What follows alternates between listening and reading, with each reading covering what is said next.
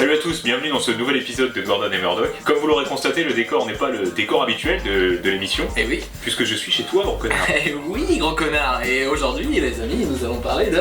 Tadam! Age of Ultron, voilà, de Brian Michael Bendis. Et ça, c'est...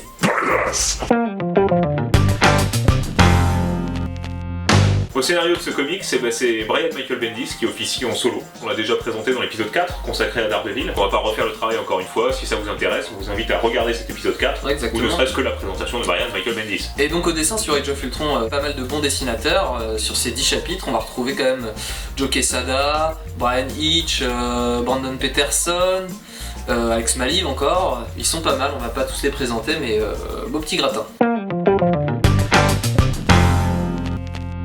Le récit commence alors qu'Ultron a quasiment détruit toute la planète et les Avengers ne peuvent que reconnaître une défaite. Pour dire à quel point le niveau de désespoir est élevé, ouais. Même les grands leaders, que ce soit Captain America ou Tony Stark, même eux, ils ont perdu tout espoir.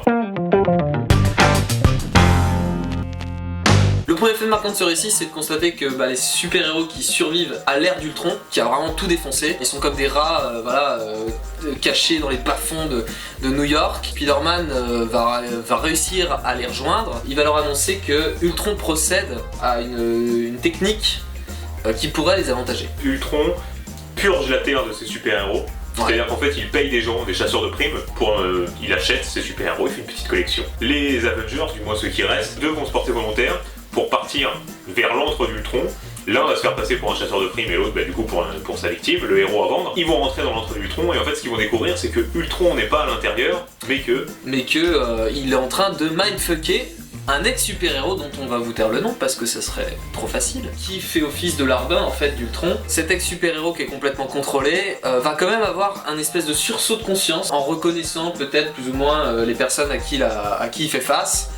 Et il va leur dévoiler une information capitale. Ultron n'est pas présent, il est dans le futur, il est dans le turfu les gars! Pour le deuxième fait marquant, on va retrouver notre équipe de super-héros qui vont aller rejoindre Nick Fury, qui avait prévu ce scénario, malin comme il va les équiper, ils vont élaborer un plan qui consiste à envoyer Suzy et Wolverine dans le passé. Quand il les envoie dans le passé, Wolverine va prendre une décision radicale pour changer le cours du présent, du coup, vu qu'ils sont dans le passé. Et quand ils vont se retrouver du coup dans le présent, après avoir pris une décision radicale dans le passé, ça va être encore plus la merde. Le troisième fait marquant, c'est le fait que Wolverine et Suzy Storm se trouvent donc dans un présent qui est tellement ignoble qu'ils vont retourner une deuxième fois dans le passé, histoire de ne pas créer un effet papillon aussi chaotique qu'ils ont pu provoquer pour le coup. Du coup, le Wolverine du présent modifié va revenir dans le passé pour raisonner le Wolverine du passé qui vient de notre présent. Et celui qui était du futur, avec Ultron, n'était pas dans le passé. Il était plutôt dans le présent. D'ailleurs, il y en a un du futur ? Je pense qu'il était plutôt dans le présent composé. Vous suivez ? Vous suivez ? Alors ?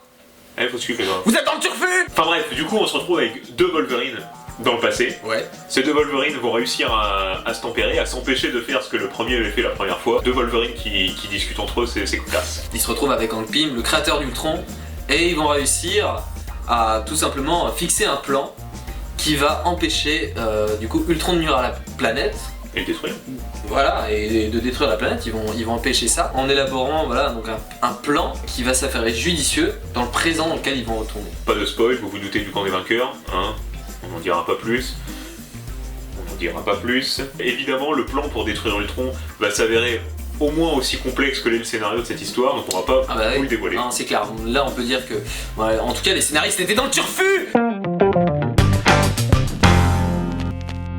Bon on va commencer avec Ultron, parce que c'est quand même un peu le titre du bouquin. On a du mal à le saisir, quoi qu'il arrive. C'est pour ça d'ailleurs qu'il est si fort, c'est que c'est une intelligence artificielle, une surintelligence artificielle. Au-dessus c'est le soleil, physiquement on le voit pas trop, puisque de toute façon il s'infiltre partout et c'est un peu le complexe de Dieu qu'il a de toute façon d'être partout, omniscient, omniprésent, dans le futur, dans le passé, dans le présent, enfin bref. On comprend sa badassitude du fait qu'il améliore sa texture corporelle à chaque fois qu'il gagne en pouvoir, ce qui fait qu'à chaque fois qu'il apparaît, même si c'est furtif, on a le droit à l'un des super-héros les plus badass de tout Marvel, j'ai envie de dire.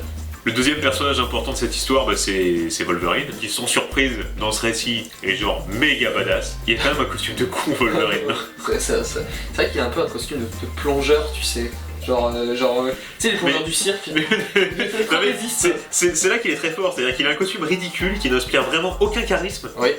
et Et- pourtant il est méga Et badass. pourtant, j'irais pas lui demander l'heure, quoi. Ah putain, ouais. Carrément pas. Ce qu'on comprend aussi sur Wolverine, les deux Wolverine dans ce bouquin, c'est que il a pas peur de se sacrifier comme ça, et ses pouvoirs lui permettent. C'est ça aussi, l'importance de Wolverine. C'est qu'il va tous les sauver du fait que lui n'a rien à perdre, et qu'il va pas hésiter à faire du sale. Troisième personnage important de cette histoire, Nick Fury. Pardon. Troisième personnage important de cette histoire, c'est Nick Fury. On va retrouver dans ce comics un Nick Fury, ma foi, assez classique, et tant mieux d'ailleurs, parce que c'est le Nick Fury qu'on aime. Un cerveau, le mec est capable de prévoir l'imprévisible. Il est là quand on a besoin de lui en fait, et il sert à quelque chose. C'est la dernière, enfin c'est le baroud d'honneur de tout le monde en fait. Il y a deux personnages qui ont un rôle un peu plus secondaire dans cette histoire, mais Ouais. qu'on tenait à souligner. Susan des 4 Fantastiques et Tony Stark. Susan, c'est parce qu'elle va interférer beaucoup avec Wolverine dans ce récit, qui a un rôle, comme on vous l'a dit, qui a un rôle tout simplement central. Elle va jouer un rôle de médiation avec lui qui va être vraiment très très important Crucial. ouais, voilà, qui va être crucial dans le dénouement. Tony Stark, Le deuxième, ouais. il fait du Tony Stark dans le présent que provoque Wolverine. on se retrouve avec une version alternative de Tony Stark qui est assez cocasse. On vous laisse mater. Petite un petit image, peu, voilà. Salut Tony. On avait failli oublier Hank Pym. Bon, on aurait eu l'air con hein, quand même. Parce que sans Hank Pym, pas d'Ultron, pas de Age of Ultron, pas d'épisode de Gordon Murdoch. Et là, voilà, ça aurait été vraiment triste. Et j'aurais beaucoup pleuré. Bon, il reste plein de personnages, hein, comme vous en doutez, donc on va les citer un par un, comme ça, histoire d'eux, parce qu'il le mérite tout de même. Il y a qui? Il y a la Vision, Captain America, Hawkeye, Spider-Man, Miss Hulk, Nick Fury. Moon Knight, le Hulk rouge, sa sœur, son chien, un T-Rex aussi, Ouais, il y a un T-Rex. une voiture qui vole, et il y a qui d'autre? Ok. Ce qu'on peut souligner, c'est vraiment ce qu'a fait Ultron de notre planète Terre. Quand il a fait son comeback, voilà, il a créé tout simplement ses villes à lui, ces espèces de paradis technologiques qui lui sont dévoués. De voir New York dès la première page aussi décimé que ça, et de se rendre compte tout simplement que toutes les villes ont subi plus ou moins le même sort. Ouais, c'est vrai que ça nous met dans l'ambiance du récit. Et le deuxième point marquant au niveau du contexte, c'est tout le côté voyage spatio-temporel. Wolverine qui vient du présent, qui va dans le futur et qui rencontre celui du passé et qui revient du futur. Il y a un côté Marty McFly badass quoi. Tu vois, Ouais, Wolverine en Marty McFly, et c'est quelque chose. Pour moi c'est assez simple, c'est un bon comics, Dieu bénisse Bendis. Putain c'est ça non ça Dieu bénisse Bendis, ça oui, non mais ça va être mon nouveau fer de lance. C'est quand même assez complexe hein, le fait d'aller tout le temps dans le passé, dans le présent, dans le futur, de faire des voyages comme ça, de tirer la timeline, de la changer, enfin bref, de jouer avec ça. Lui il le fait à merveille et faut souligner quand même cette capacité qu'il a. Après avoir vu Age of Ultron, le film, j'ai lu le comics après, je comprends pourquoi les gros fans Marvel de Ultron étaient hyper vénères après la sortie du film, parce que c'est vrai que Ultron manque totalement de charisme et de force vis-à-vis de ce qui est prouvé dans ce comics. Dans le sens où là, Ultron, il se révèle à la lecture comme étant l'un des pires méchants que les Avengers peuvent affronter. J'ai plutôt pris mon pied à voir un petit peu l'envers du décor et le problème qu'il leur a posé. Ça fait du bien.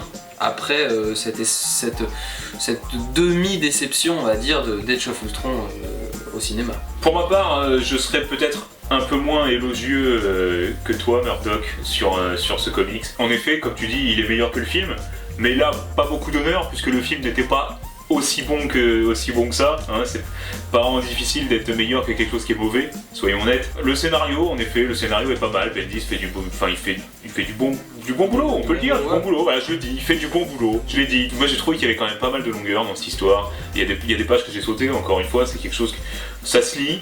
Je l'ai lu. T'aimes bien faire ça. Ouais, j'adore ça, sauter des trucs. Ça se lit, je l'ai lu et je le relirai pas, quoi. C'est bon, ça fait partie du truc, c'est rangé dans la bibliothèque et puis on n'en parle plus. Il y a des dessins qui m'ont.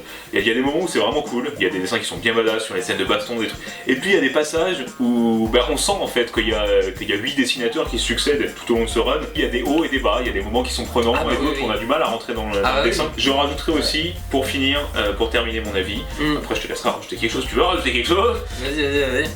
Captain America en ivrogne, enfin il a vraiment une dégaine de clochard, enfin c'est pas possible. Je suis d'accord. C'est pas possible. D'accord. Enfin on dirait vraiment un cocaïnomane dans la rue, enfin il a son costume et tout dépouillé, son costume il est fatigué le bonhomme. Il est fatigué le bonhomme. Il y a plus d'espoir, donnez-moi une petite pièce. Pas un comics pour les fans du Captain America. C'est pas un comics pour les fans de Captain America, moi-même c'est vrai que j'étais un peu déçu de ça, de voir qu'il en avait plein le cul quoi, tout simplement. C'est pas trop son style, donc ça m'a un petit peu étonné. Après ça peut s'expliquer par la succession d'épisodes qu'il y a eu avant Age of Ultron dans Avengers. Ça rentre tout à fait dans le scénario de l'histoire, d'avoir un Captain America qui est blasé. Mais c'est pas le Captain America que j'ai envie de voir. Il y a d'autres éléments et d'autres personnages qui sont tellement forts qu'on passe rapidement au-dessus de ça. Encore une fois, si vous aimez Bendis, vous allez aimer ce comics. Merci à vous d'avoir regardé cet épisode, déjà parce que c'est cool. N'hésitez pas à marquer dans les commentaires ce que vous avez pensé de l'épisode, ce que vous avez pensé de lui, ce que vous avez pensé de moi, ce que vous avez pensé de Fabien Barthez, parce que bon, il faut le souligner, c'est important. Et en plus de ça, si vous voulez vous abonner, vous cliquez ici, bien évidemment. Et sinon, vous pouvez aller voir notre dernier épisode en cliquant sur la tête sexy de Murdoch qui va vite être recouverte par celle d'Harley Quinn qui est beaucoup plus sexy. Absolument. Voilà, donc bon les gars, ciao. Ciao. À la prochaine, bisous. Cut.